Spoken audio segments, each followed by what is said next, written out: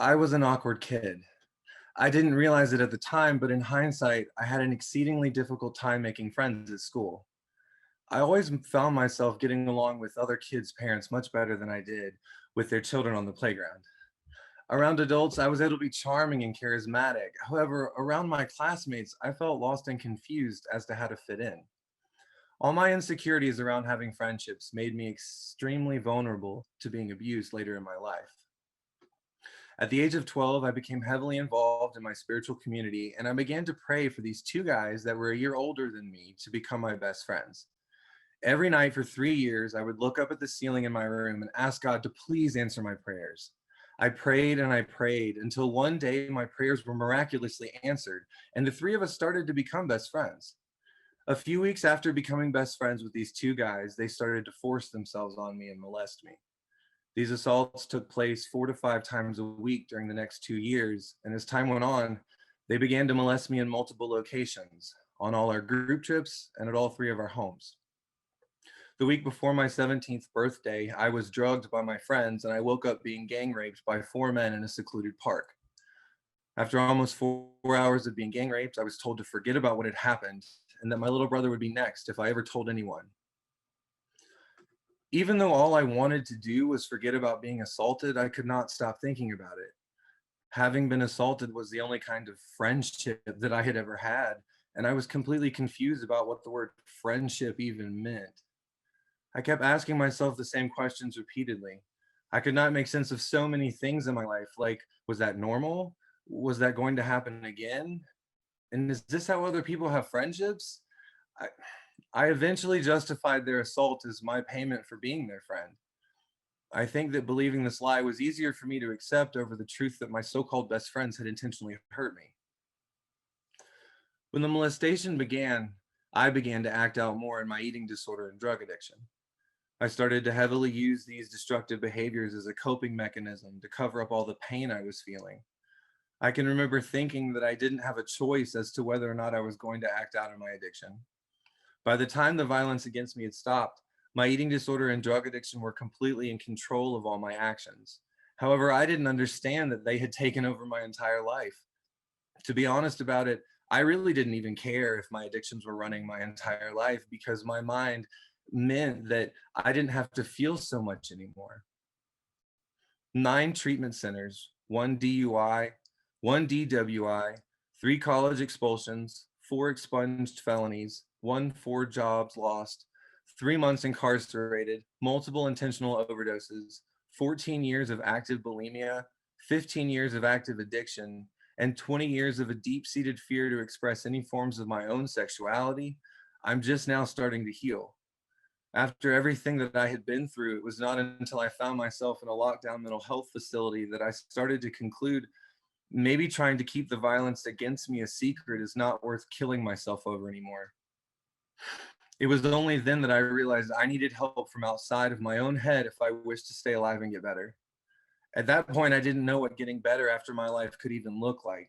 But I did know that anything had to be better than my old ways of painful deterioration and self harm. I had always felt completely alone in the world, especially after being raped, and I was petrified to tell anyone the truth about my past experiences. I only started to speak the truth about the violence against me 3 years ago. Before that, I had tried to talk about what had happened with others, and it had never been a positive experience. The first loved ones that I confided in 15 years ago, they didn't believe me when I summoned the courage to tell them that I had been assaulted. They told me that I was simply confused and that because I had been on drugs, I was responsible for anything that had happened to me. The second person that I tried to tell 13 years ago was a therapist. They told me that they thought I had wanted to be assaulted and that I was probably gay and just in the closet. After being denied any validation for my experiences, I kept the violence against me a secret for almost 10 more years of my life. When others didn't believe me when I told them that I was a survivor, it had an adverse effect on me.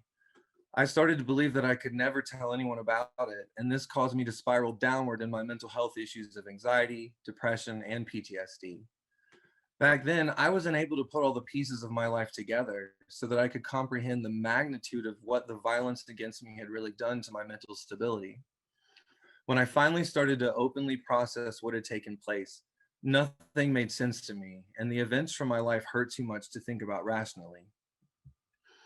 After realizing that I could not get better from my eating disorder, drug addiction, and sexual assault alone, I slowly started to reap the benefits of accepting help from others. I needed a rigorous system of accountability for me to start my journey of healing, and I found that within the most recent treatment center in Arizona. As soon as I arrived there, I was given two accountability buddies to always stay with, and a fully planned out day of 12-step meetings, small groups, private therapy, volunteering, and a new set of learning life skills.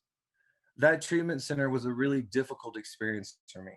The staff there were all about tough love and telling us to just man up, and that was not exactly helpful for me.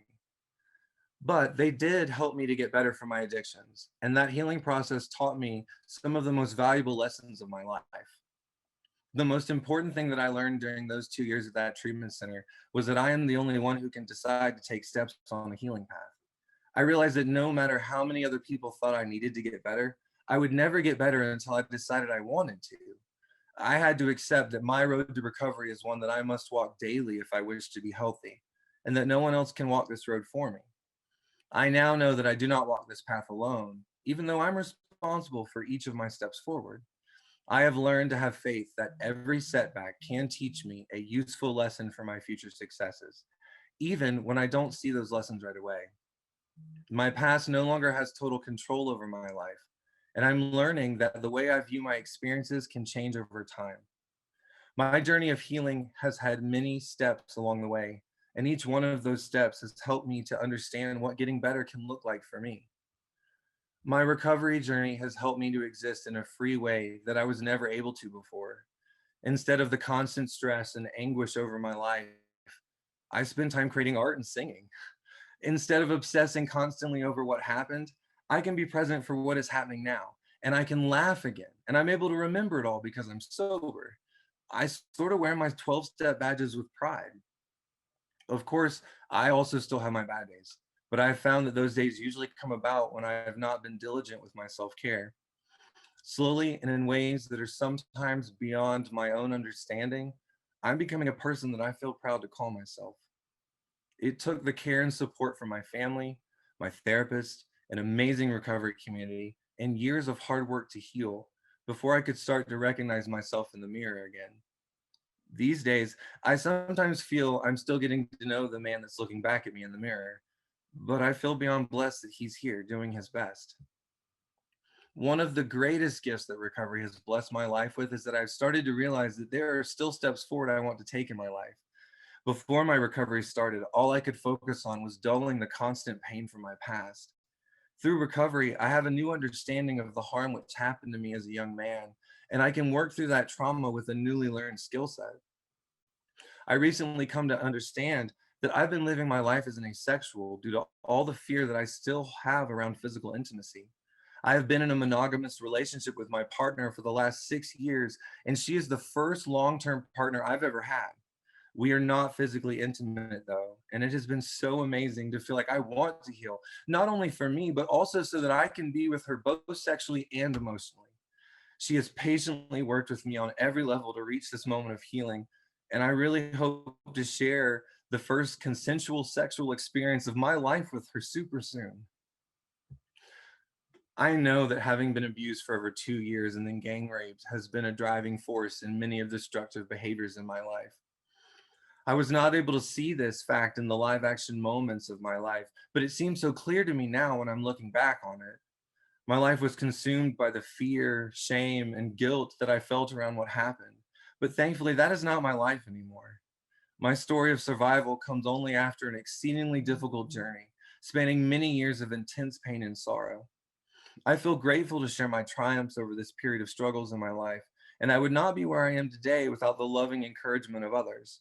However, it is very important for me to always remember that I am only able to share my story of recovery today because of the life saving work that I have done for myself and the difficult steps that I have taken to heal. I am not incredibly proud to have been assaulted, but I am tremendously proud to finally be free enough to share my ongoing journey of recovery with all of you today. Thank you so much.